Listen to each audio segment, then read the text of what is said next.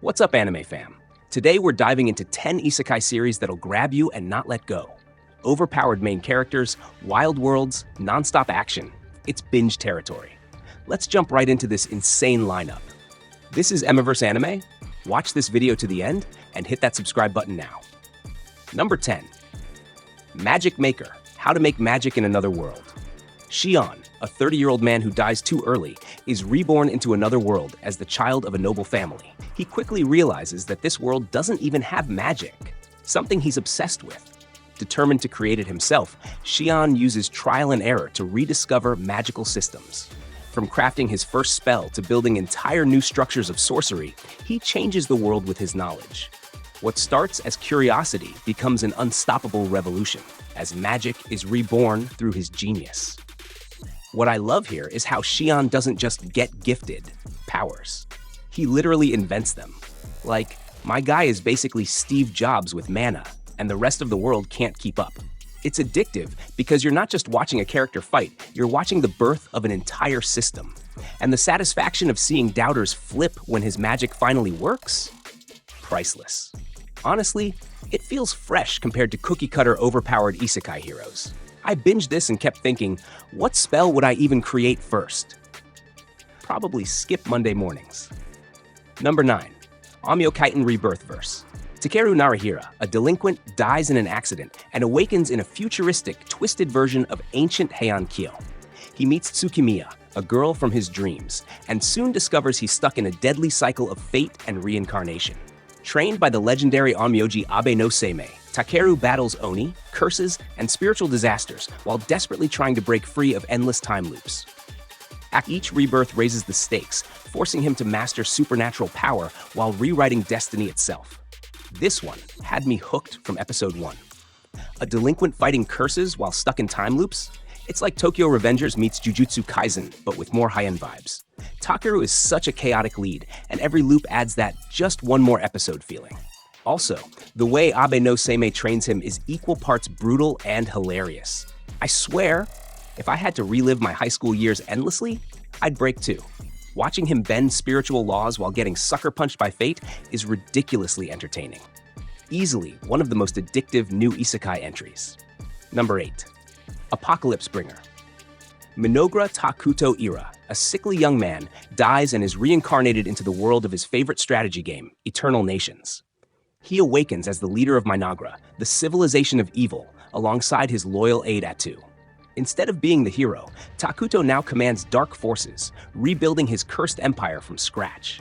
Using careful planning, diplomacy, and brutal tactics, he creates a thriving nation feared across the land. Heroes and kingdoms rally against him, but Minogra only grows stronger under his rule. Finally, a series where being evil doesn't come with guilt trips. Takuto straight up embraces it. It's not, oh no, I'm misunderstood. Nah, he's here to build his empire and crush the opposition. The strategy angle makes it super addictive too. It's like watching Civilization or Age of Empires, but with anime drama sprinkled in. I kept rooting for him even when he's objectively the bad guy. And Atu? Best sidekick material. Loyal, savage, and terrifying. If you're tired of cookie-cutter isekai heroes, this flips the table and makes rooting for the dark side feel too good. Number 7.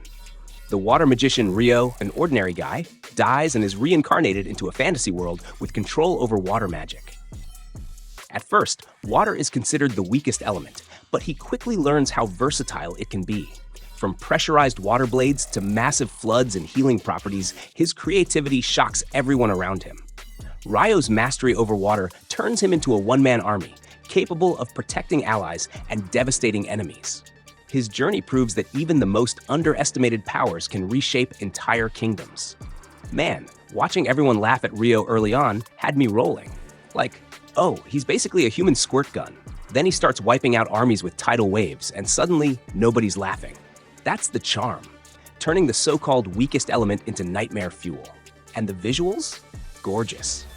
Water magic scenes look crisp and flowy, making every fight cinematic.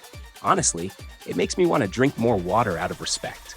If you're sick of fire and lightning hogging the spotlight, this series proves hydration really is power. Number 6. A wild last boss appeared. Lufasu, a legendary last boss character from an MMORPG, suddenly awakens inside the game world, inhabiting her old avatar's body. Known as a terrifyingly powerful ruler from the past, her return sends shockwaves through kingdoms and guilds alike. With unmatched strength and overwhelming charisma, she reclaims her status while unraveling the mysteries of what happened to her world. Heroes and villains alike see her as either a savior or an omen of destruction, but nobody can deny her overwhelming presence. This series is like Overlord's spiritual cousin, but with its own flair. Lufasu is such a powerhouse that every character reacts to her like she's a walking natural disaster. What I loved most, though, is how she's constantly restraining herself. Imagine being so OP you have to actively avoid flexing or you'll ruin economies. It's hilarious. Plus, the lore is rich and her past as a feared figure adds extra spice. Watching nations freak out just from hearing her name never gets old. If you like bosses that make the whole server sweat, this one delivers. Number 5. My status as an assassin obviously exceeds the hero's Akira. An ordinary student is transported to another world alongside his classmates. While most of them get flashy hero roles, he's stuck with the job of assassin. But when he checks his stats, he realizes his power far outstrips even the chosen hero. Embarking on his own path, Akira uses stealth, agility, and overwhelming strength to carve his destiny. The so-called hero hogs attention, but Akira's quiet growth makes him the true powerhouse behind the scenes. Talk about poetic justice. The chosen hero struts around like he's the main character, while Akira's in the shadows, absolutely obliterating anything in his path. It's like watching the class clown get all the credit for your group project, but secretly you've already built a rocket ship. The assassin skills make every battle fun to watch too, sneaky, lethal, and stylish. And the irony? The hero never sees it coming.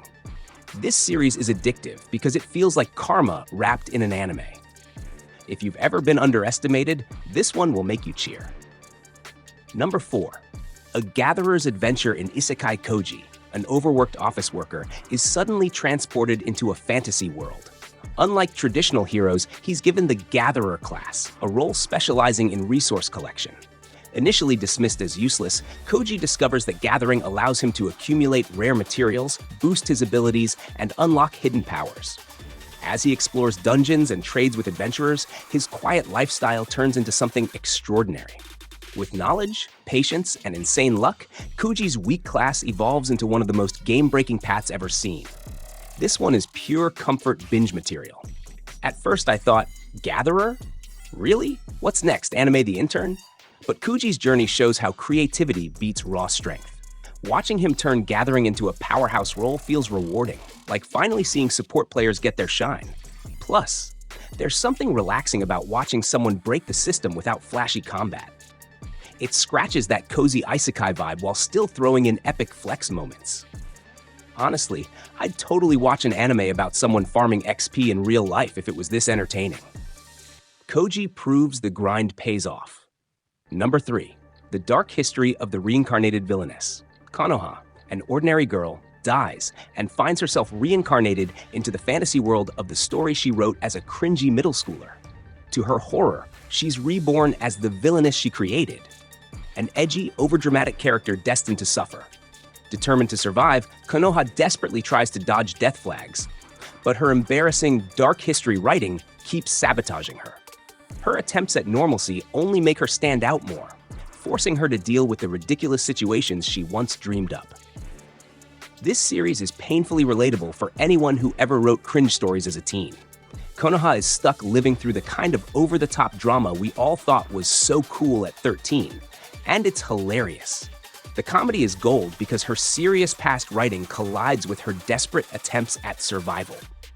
Also, the irony of being your own worst enemy?